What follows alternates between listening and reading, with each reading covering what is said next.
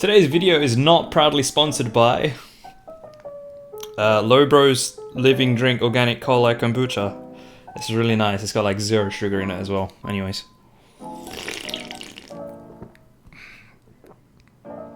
Oh, that's so good.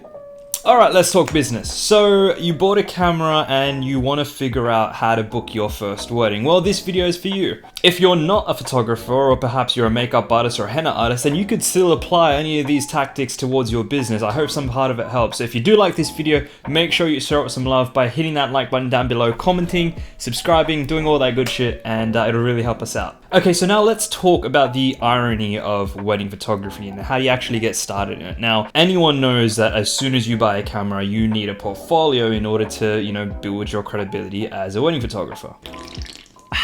But how do you actually do that when you don't have a portfolio to begin with? Like, let's just dive this down a little bit. For instance, you need clients, but clients need to see a portfolio. And without a portfolio, how do you get clients? It's like this great paradox that exists if you think about it. It's sort of like an endless vicious cycle of what the hell do I actually do to become a wedding photographer, or to just start my business within that entertainment space when you don't have any clients to begin with. Well, this video is for you and I hope some part of it helps. So step number 1, what are you going to actually have to do to build a portfolio as a wedding photographer to make sure that people see you and potentially book you for your very first wedding? The first thing I did was jumped on Instagram and basically DM'd about, I would say close to 20 to 30 couples who I thought potentially might be interested in getting a photo shoot done. Now out of 30 people, I would say 5 perhaps actually responded and said they were willing to go ahead. So that was a pretty bad ratio. Now it's a very different thing, but we'll get to that later.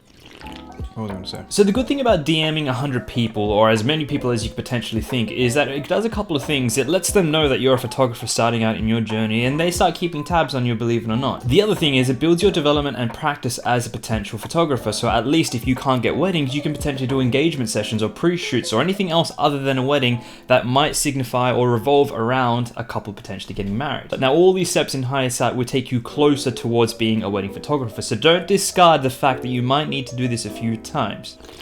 But now you're probably wondering, well, how do I go from photographing just couples and then booking a wedding? Now, what you want to make sure to bridge the gap between the two things is that when you're deciding what couples you actually want to DM to potentially offer them a free photo shoot for, you want to make sure that you're shooting for relevancy. Now, what do I exactly mean by that? If you go onto my Instagram page, and I'll pop it up right here, there you go, at least you could scroll it and whatnot. I guess a pretty common association, knowing the fact that KS Creative Photography, which is my brand, is a South Asian wedding photographer. So when I say shoot for relevancy, I really mean shoot for the type of audience that you want to attract. Now we can take this step a whole way back if you want. You don't even have to do weddings. You could do newborn photography, lifestyle photography, product photography, car photography, whatever type of photography that suits you. The aim of attracting your ideal client by doing these free photo shoots is to make sure that when you are building your portfolio, you're building around relevancy. Most of the stuff that I shot for free at the start of my profile have most likely been deleted, but the ideology behind that allowed it to attract customers and clientele within that industry. Now within that South Asian wedding space is where I wanted my business to go, and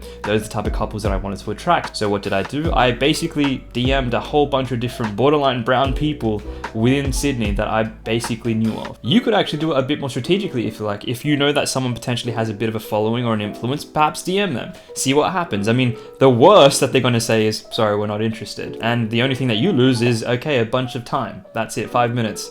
Literally, it doesn't take long to formulate a DM. Hey, I really want to photo shoot you.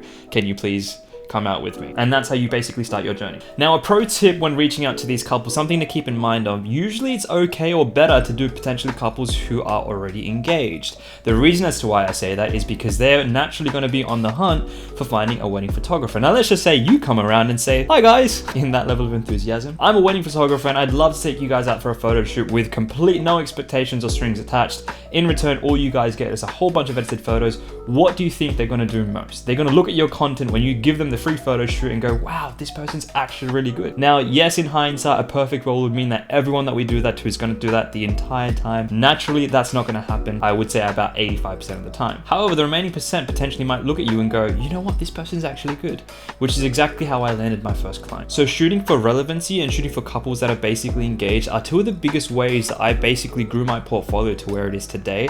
That allowed me to pretty much kickstart my wedding photography journey. Now, as the weeks and months went by, it was progressively slow. However, 2 to 3 years later, that changed. I had stopped doing free photo shoots, and couples who actually saw the credibility in my work actually wanted me to photograph them, so I stopped doing it for free. Now, before a whole bunch of different haters and people come in and commenting saying, you shouldn't do anything for free, know your worth, blah, blah, blah, blah. That's great. I totally agree with that. You know what? There is an element where I think people shouldn't shoot for free, but the reality of the situation is that if money means so much to you, I guarantee you probably wouldn't be doing this in the first place. The reason as to why most wedding photographers that I know got into what they're doing is because of the fact that they actually love what it is that they do. So the monetary value is just the added bonus to that. Making money off the side of a business is great, but doing it because you're genuinely passionate about it should be the primary goal. The way that I sort of grew my foundation on what it is that I did for KS Creative Photography was that I'm doing this because I really loved it. I'm doing this because I was so passionate about, photographing couples and, celebrating their journey with them and being part of that entire milestone. That for me was really, really huge. So at some point, you're gonna have to ask yourself, what's really more important to you? Do I need the experience, which means that I might potentially am doing things for free, or if not for a very, very low price? Or do I go, no, I really wanna charge for my worth and my time because I know that I've got a lot of skill and credibility to offer some. Again, both are usually right, but it's just in terms of how you wanna grow and also how quickly you wanna grow. Money may not always be the biggest priority now, but just by focusing your attention to something else doesn't mean that it won't be in the future. So the way I always looked at it was, okay, if I do a whole bunch of stuff for free now, that's going to change, and I guarantee you it definitely has. Another thing that really helped me to build my portfolio and to really get my exposure and experience with photographing weddings was actually second shooting for other studios. Now, throughout my career, I've had the pleasure of meeting different photographers from different industries, and not just within that South Asian bridal space. The benefit of that is that it exposed me to a completely different industry, and it also provided me with a template or workflow for how weddings were supposed to be captured from the beginning right through the very end. I can guarantee you from looking back at my journey, there are a lot of things that I do right now that I never did back when I first started photography for weddings. In addition to all of that, you might actually come across a photographer who offers you clients themselves because they maybe have a great relationship with you. If that happens, you basically hit the jackpot. Sometimes if you're lucky enough, you might second shoot for a studio who might actually let you use their content. Now, truth is most studios don't actually do that, but sometimes people are really, really comfortable with the fact that, you know what, you want to build a portfolio, go for gold. In which case, the etiquette is that you usually ask your studio photographer who hired you in the first place if it's okay to use their photographs to begin with. Those are pretty much the main things that I did on repeat. So I would basically go through steps 1 and all the way to, I don't even know how many I numbered, and kept repeating and repeating and repeating and repeating again. What ended up happening was my Instagram profile grew, my website portfolio grew, people found credibility in my work, people actually thought, you know what, this guy's actually a really good photographer. And then at some point, all it took was one person to realize that, you know what, there's credibility here.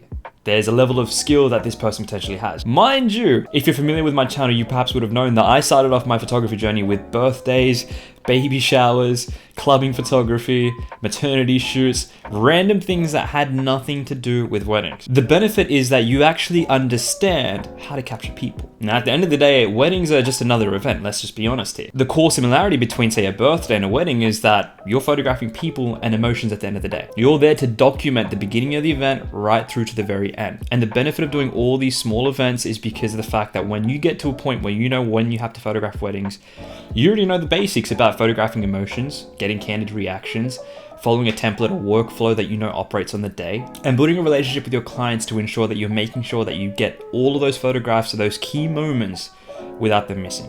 The last thing that I would potentially say and offer you as advice is the biggest thing that was perhaps a game changer for me is learn to be patient. I get it. I totally get it. You're so pumped. You're so motivated. You've got a skill set that you want to get out there. You want people to see your work, and all you need are just clients. You need people to look at you and go, this person is my guy, or this girl is my girl, or that person's got something that no one else around here has. I get it. I really do. But the reality is that you just need time. You need time to grow. You need time to get your craft out there. You need time for people to see you. So be patient with the fact that this isn't a sprint, it's a marathon. And the only way that you're going to get your content out there is by constantly repeating all of these steps, making sure that people see your craft, your credibility, your skill, your level of talent, and become confident that much in you to go, you know what, that person's my person. I want this person as my wedding photographer, or I want that person as my makeup artist, or I want that person as my henna artist, or I want this person just because I know that they're that goddamn good. Also, another pro tip, I keep coming out with all these random tips in no systematic order.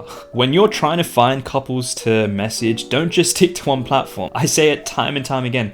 People fall so one-dimensional when it comes to their marketing strategy or when it comes to their communication styles as well. They think perhaps Instagram is the one and only way that they can find, develop, and build their portfolio within their wedding space. Now, yes, it might be a great place to start, but the reality is that people just don't exist only on Instagram. Here's a fun tip for you. I actually booked 2 weddings through LinkedIn, and I did that by DMing 150 people whether they'd be interested in wedding photography. Now, yes, in hindsight, no one does that, but that's exactly why you should. So don't just stick to Instagram, stick to LinkedIn, go on Facebook, even though I know no one uses Facebook as much. Now, I started also a YouTube channel to document this journey and potentially, connect with another audience, which I've never seen on other social media platforms, and it's working a lot of wonders, I can tell you that much. Get on TikTok, message people on them, have a conversation, start a chat with someone that you think potentially might be interested. We can even take it offline. We don't even have to stick to social media profiles. Let's just start with your friends from work or someone from dance school that you connect with, or your neighbor's dog's owner or something.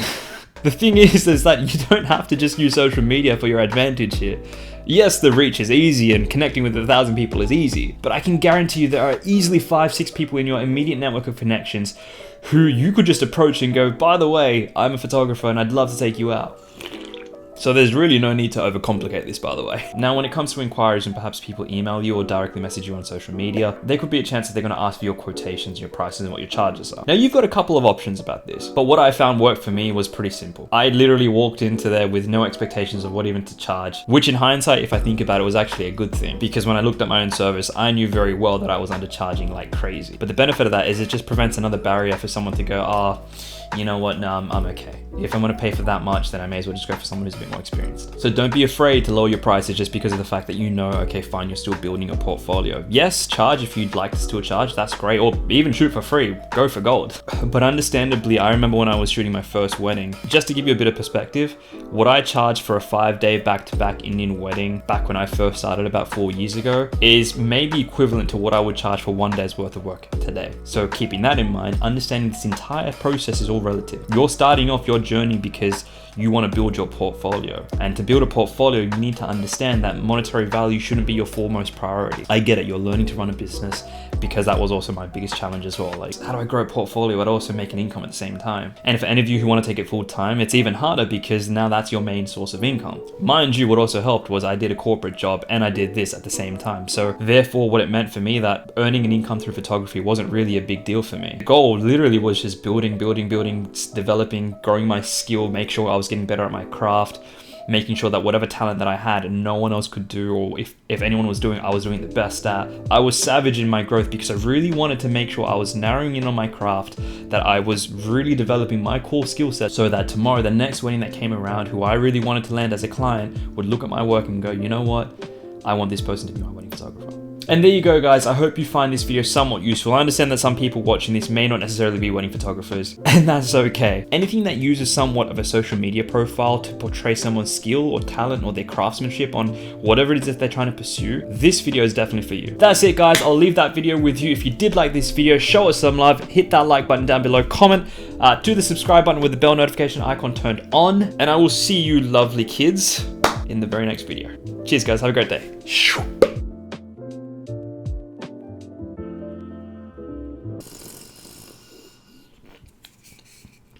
Oh man, that was good.